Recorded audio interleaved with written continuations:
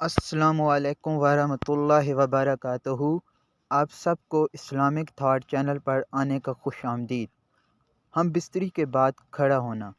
بیوی سے اس وقت تک ہم بستری شروع نہ کریں جب تک اس کی آنکھیں نہ بدل جائیں، پھر جب شوہر اپنی حاجت پوری کر لے تو جلدی نہ کرے، حتیٰ کہ عورت بھی اس سے اپنی حاجت پوری کرے۔ ہم بستری سے فراغت ہو جائے تو فوراً کھڑے نہ ہوا کریں، کیونکہ شوہر کو چاہیے کہ باہمی ملاقات یعنی چھیڑ چھاڑ سے پہلے ہم بستری نہ کرے، بلکہ پہلے ہنسے، بولے، چھیڑے۔ جب جان لے کہ عورت کو شہوت غالب ہو گئی اور آنکھیں بدل گئی ہیں، تب ہم بستری کرے، کیونکہ یہ امر بدن کے لیے زیادہ معجب راحت ہے اور بچہ صحت اور تندرست پیدا ہونے کا باعث ہے۔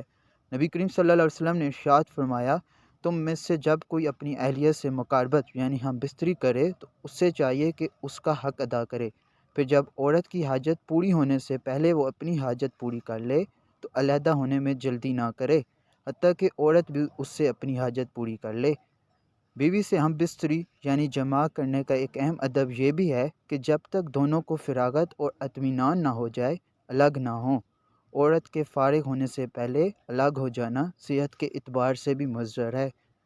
بیوی کی ہم بستری سے فراغت ہونے کی ایک علامت یہ ہے کہ بیوی وہ گرفت جو شہوت کی حالت میں تھی ختم ہو کر بدن میں ڈھیلا پن آ جائے، اور جب ہم بستری سے فراغت ہو جائے تو فوراً کھڑے نہ ہوا کریں، بلکہ دائیں طرف ہو جائیں اور دائیں کروٹ پر لیٹ جائیں، کیونکہ ایسا کرنا جسم کے لیے نفع بخش ہے۔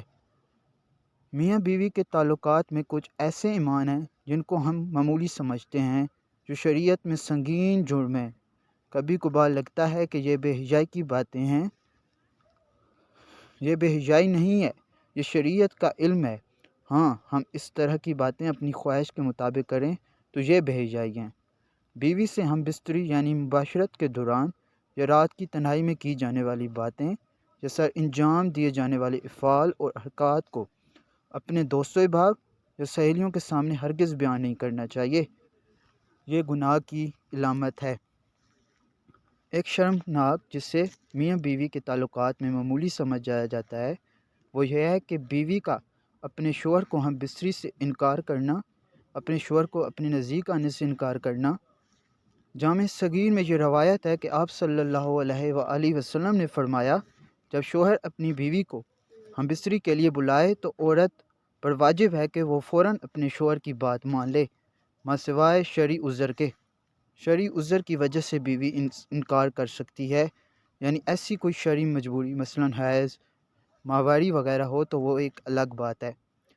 ایک اور گناہ جو میاں بیوی کے تعلقات میں عام ہے، اس کو معمولی سمجھا جاتا ہے، وہ یہ کہ حیض کی حالت میں اپنی بیوی سے ہم بستری کرنا یا ایسی جگہ سے کرنا جو غیر فطری ہے۔ جس شخص نے حیض والی عورت سے ہم بستری کی یا عورت کے پیچھے کے راستے سے اپنی خواہش پوری کی تو وہ شریعت کا منکر ہے، اس نے شریعت کا انکار کیا۔ جس نے یہ عمل کیا اس کے لیے شریعت نے کفارہ کا حکم دیا ہے، اور یہ بہت سنگین جرم ہے، لیکن لوگ سمجھ نہیں پا رہے۔